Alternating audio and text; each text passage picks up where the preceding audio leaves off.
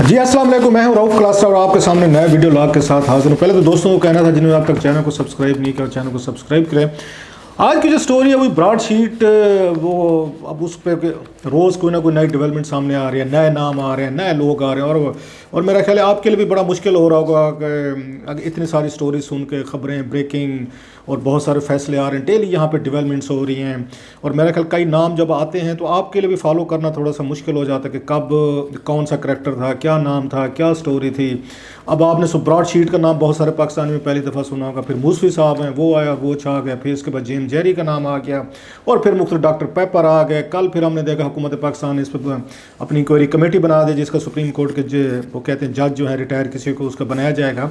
एक तो अगेन जो नाम है इसमें नए नाम आ रहे हैं उस पर मेरा ख्याल लोगों को भी थोड़ी सी कन्फ्यूजन है कि कौन से वो पाकिस्तानी थे जिन्होंने बैठ के सारी डील की थी और सारे के सारे मामला ब्रॉडशीट के उन्होंने तय किए थे। दो कंपनीज को पेमेंट की गई थी और नैब के चेयरमैन जो थे उनका नाम जनरल अमजद था, तो वो कैसे इसमें आगे इस्तेमाल हुआ, जानबूझकर इस्तेमाल हुआ या उन्होंने इस्तेमाल किया गया। और उसमें जो नए नाम दो आ रहे हैं वो दो लोगों के हैं। अगेन एक का नाम है तारिक फवाद मलिक है, दूसरे का गजनफर अली, उनका नाम है गजनफर अली सैयद। अब ये वो दो नाम है अचानक जो पाकिस्तानियों के सामने है और इनको इसमें तो जिक्र है ये जो है इसकी जजमेंट जो आई है या इसका अवार्ड है इसमें तारिक फवाद मलिक साहब का भी नाम था। साहब जरिए वो थे जिन्होंने आगे जनरल अमजद के साथ उन्होंने डील की थी और जनरल अमजद साहब ने उनको जो अगेन आप कह सकते हैं उनकी ब्रॉडशीट जो थी उसको कंट्रैक्ट दिया था। अब जो नई इन्फॉर्मेशन सामने आई है और वो लेके हैं मेरे दोस्त हैं और मेरे को एंकर भी हैं, उनका नाम है आमिर मतीन साहब। आमिर मतीन साहब ने जो बम शेल उन्होंने ड्रॉप किया वो बहुत सारे लोगों के लिए मेरा ख्याल है कि एक नई चीज़ पैदा कर गया है। और वो उन्होंने तारिक फवाद मलिक साहब का जो उन्होंने बैकग्राउंड बताया कि कौन, पहले तो बिल्कुल लगता है शायद कोई होंगे पाकिस्तानी और उनके साथ मुआहदा हुआ बड़ा ज़बरदस्त हुआ, उस मुआहदे की वजह से आज हम $60 मिलियन के करीब जो पेमेंट है अब हमने करनी है या $28 मिलियन तो हो चुकी है। तो ये कौन साहब हैं, कहाँ से हैं? तो आमिर मतीन साहब ने ये उन्होंने परसों रात अपने शो में उन्होंने रिवील किया था। ये जो मसूफ़ हैं इनके जो ससुर थे वो लेफ्टिनेंट जनरल थे, रिटायर थे, उनके खैर अगेन उनकी डेथ हो चुकी, उनका नाम था नईम अकबर।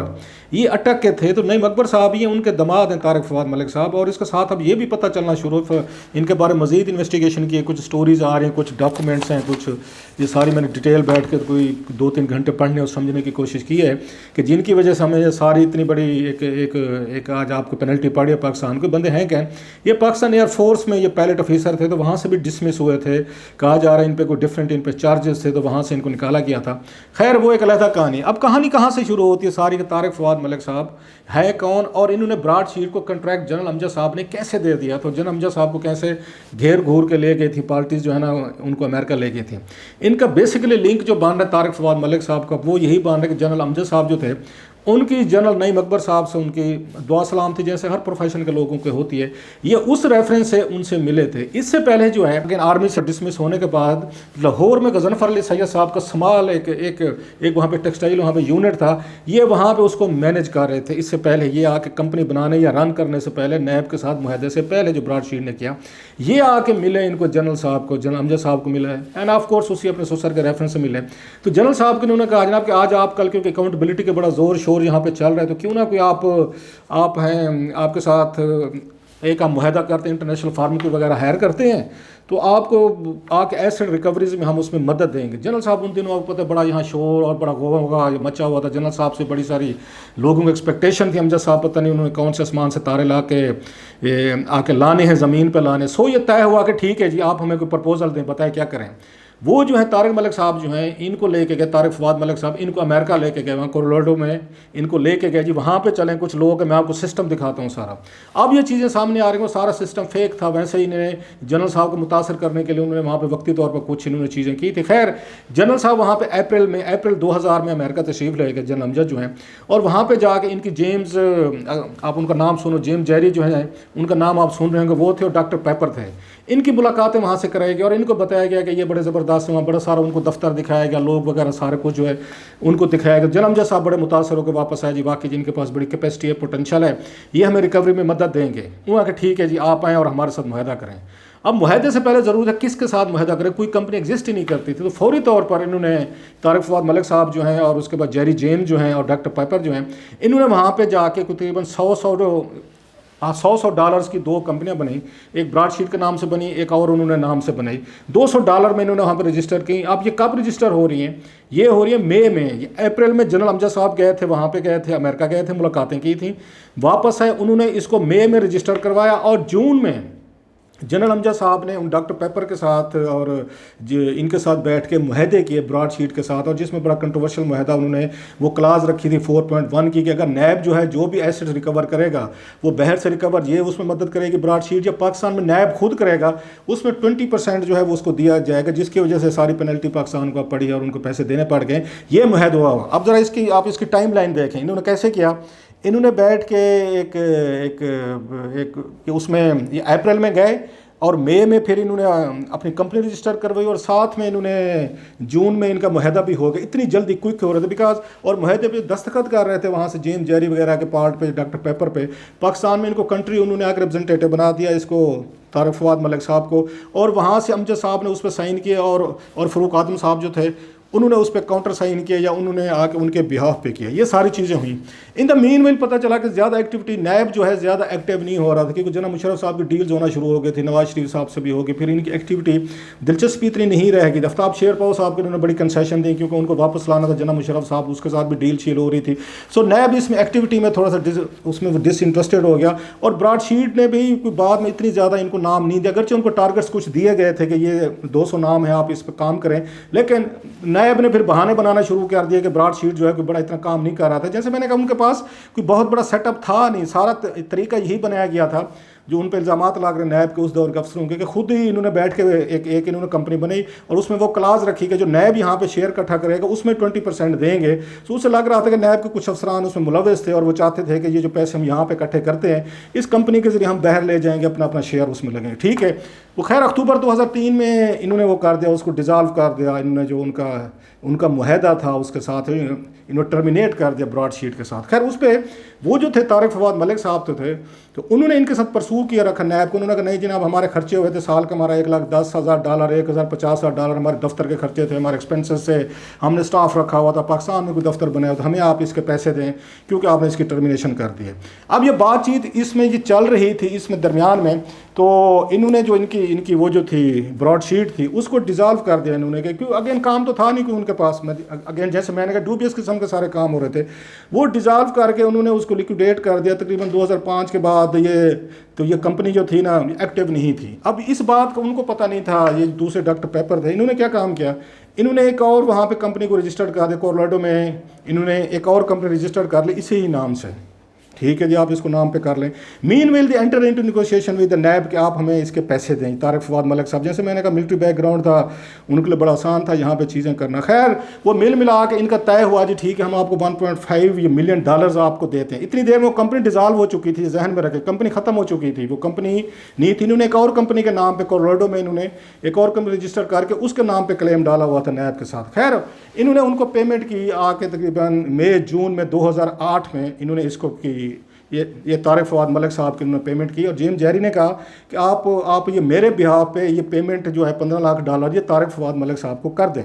नैब ने उनको अपनी पेमेंट उन्होंने कर दी। अब यहाँ पे हम थोड़ा सा जाते हैं रुक, तारिक फवाद मलिक साहब पे मैं फिर दोबारा फोकस करता हूँ।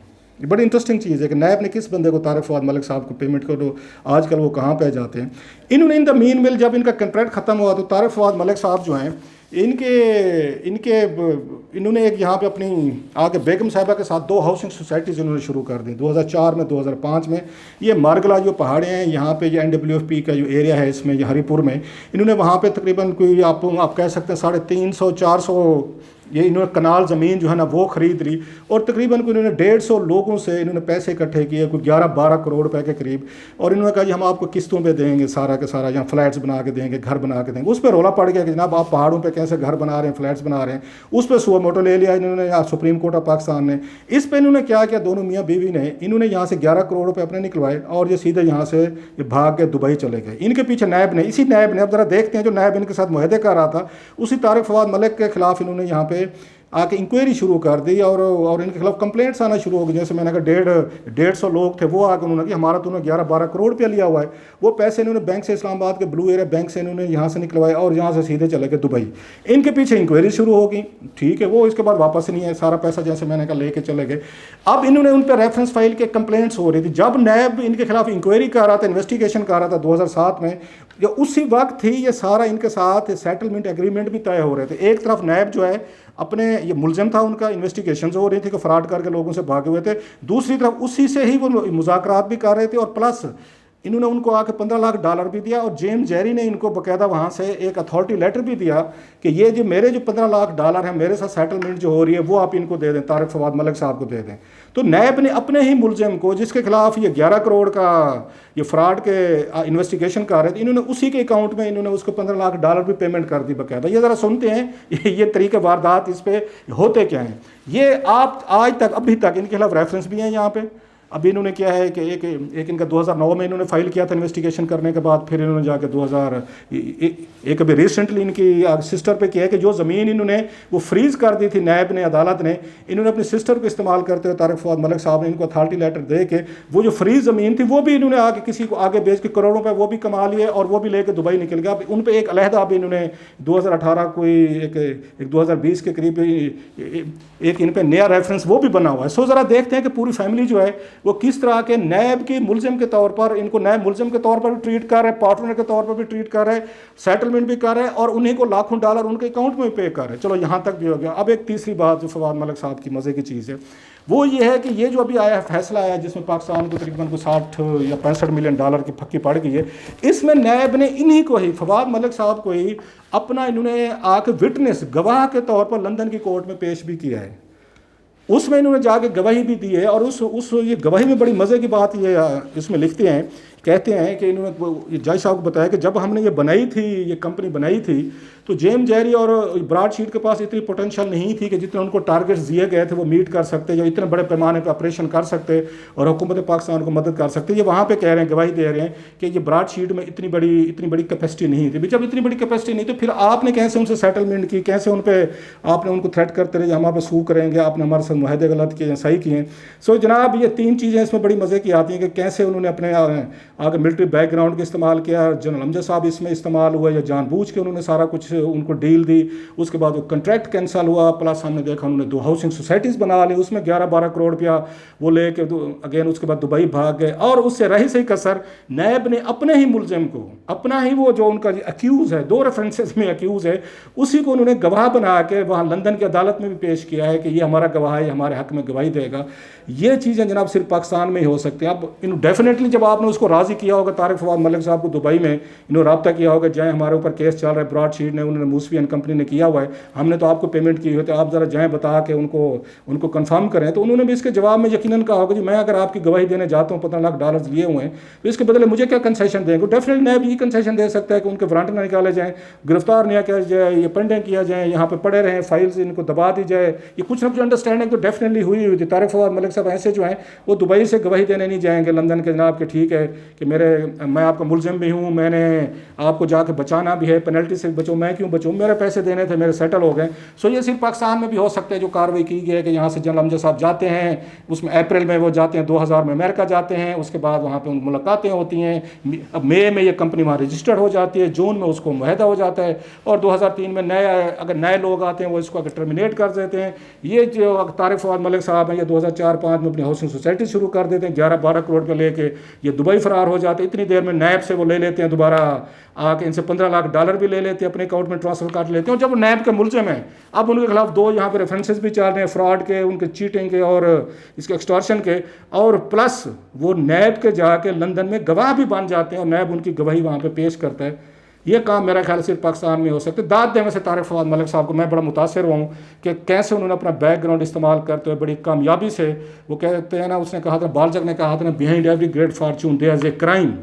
تو کیسے انہوں نے اس کے بالزاک کی اس کو انہوں نے کورٹ کو صحیح سچا ثابت کیا ہے کہ پچھلے 20 سالوں میں انہوں نے بڑے سکسیزفل طریقے سے پیسہ بھی بنایا ہے, مال بھی بنایا ہے, فراڈ بھی کیے ہیں, اور وہ لندن میں نیب کے گواہ کے طور پر بھی وہاں پہ پیش ہوئے ہیں.